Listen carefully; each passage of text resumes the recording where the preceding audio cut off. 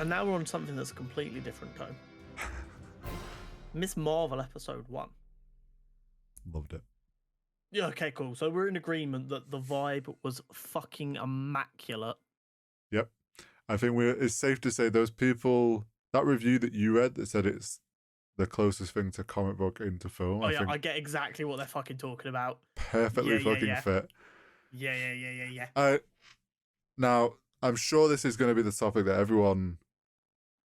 I like the way her powers are. It doesn't bother me. So I will give you, it doesn't bother me, but I won't necessarily say I like them. I'm somewhere in between that. So far, what we've seen of them, I think it's okay. I would still have preferred it if they kept it to her original. Mm-hmm. But it does look visually, it looks fine. Yeah. I do kind of get the change because she's all about cosmic powers. Because Captain Marvel has cosmic-based powers, And they've tied it into a culture. I will not be surprised though if they end up popping out with, once she masters the bracelet at the end of the series, her powers change to look like her OG powers. I've got a feeling they're trying to set up a cop out. I've genuinely got a feeling that's what they're trying to do. And like I said, I mean, it's only really a cop out if you do it in a way that people don't like it. So as long as they do it in a way that's like acceptable and you don't find yourself going, ugh, that was pointless. It's not going to be too bad. Yeah. Now, obviously, we've said this time and time again, every time we've talked about this show, yes, there is a lot of representation in this show, but we are not the people to decide whether it's enough or if it's done right. Mm-hmm. What I will say is I've grown up in Watford, where we have a good mixture of people from a lot of backgrounds. I've played cricket, and I've played cricket with a lot of Asians throughout my entire life. Mm-hmm. The vibe of her family and the way they interact and the way they interact with her friends feels very authentic. Yeah. Now, like I said, I haven't grown up in a household like that, so I might be completely wrong with what it's like when people aren't there. But the interactions between like her mum and her dad and Bruno and stuff, I could definitely see being very real. Yeah, it felt like it was done in a way that wasn't like overly stereotypical or anything like that. Sweet spot. At least, yeah, it feels like they've hit a sweet spot, which I would imagine is because they have the right people producing it with the understanding of that culture. Yeah. And don't get me wrong, based on what I understand, the source material for Miss Marvel is really, really good. Mm-hmm. Like, for representation wise and not falling into stereotypes. So as long as they're faithful to the source material, which is I think where some of the concern came from when they changed the powers, that they were disregarding the source material, which could lead to the stereotypes. But like the source material was really good for like an authentic experience. So as long as they're faithful to that, they should be fine. Yeah, and I think overall the show was really fun to watch. So much fun. I was genuinely laughing. I was in pain and still laughing. But like we said, obviously it's more aimed at a younger teenage sort of age. It's not designed specifically for us, but I'll be damned if I'm not loving every second of it. Oh yeah, like, but it's done in a way that is still enjoyable and still relatable, and like, I'm excited to see where it goes. So obviously last week we spoke about our last thoughts going into it, and that was cut up and put into shorts on YouTube and on TikTok. Follow us on TikTok. And we got one comment on the YouTube short going, "This is just more Ms. Marvel wokeness, blah blah blah blah blah blah blah." So I politely told the guy, as long as they do it right, it can't be too much, because if it's done right, it's always perfect. It's that simple. You can't over-represent minorities by it being done properly. It's only like virtue signaling if it's done poorly. So I kind of told that guy to go fuck himself while being polite. He hasn't come back to me yet. If he does, I'll probably be ruder, because I mean we've made it very clear here that we're not going to accept any of this Marvel's too woke bullshit, or the new one that I'm seeing is the Woman See You or something. And it's like, fuck off. They're for the most part, they're doing it fine in my opinion. If you don't like seeing female superheroes suck Tough eggs, shit. yeah, like get fucked. They have better stories. So many better stories. Oh no, Bruce Wayne's parents killed. Do you want to see that for the 19th time, or would you like to see or would you like to see She-Hulk, who's got like 70 years of brilliant stories written and ready to go? I think it's like 50 years, but still. But no, I absolutely loved it. The vibe's immaculate. I'm really curious as to the fact that we've got like no bad guy yet.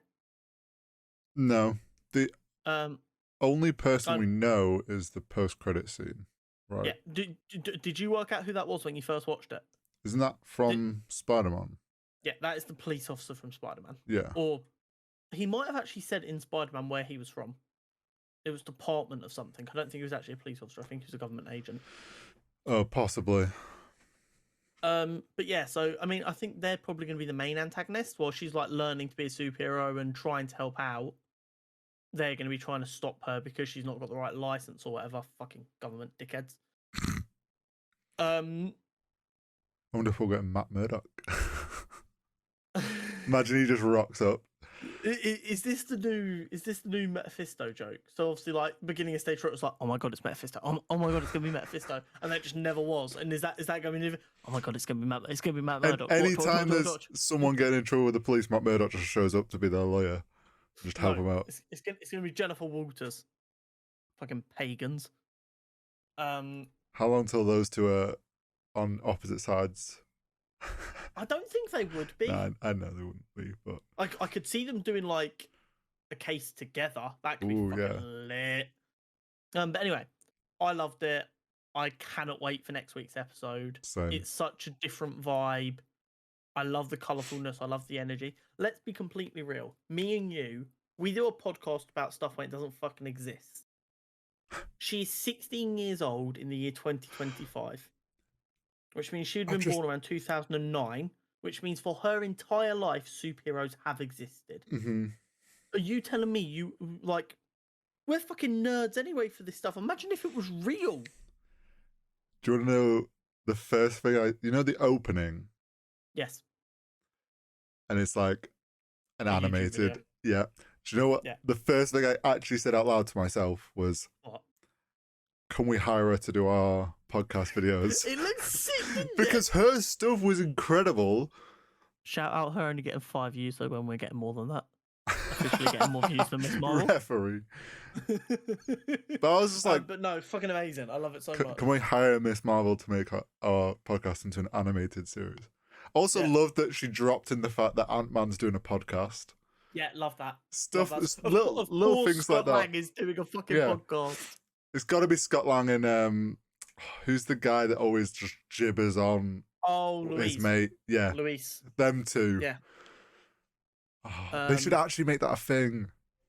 But do you know what I also found really funny? I'm not sure if people noticed this. So at Avengers Con, there was a statue of Groot, and it just said Mr. Tree on it because, of course, he was there at the battle, but then fucked off, so no one knows who Groot is. So the public have just dubbed him Mr. Tree. Oh God, yeah.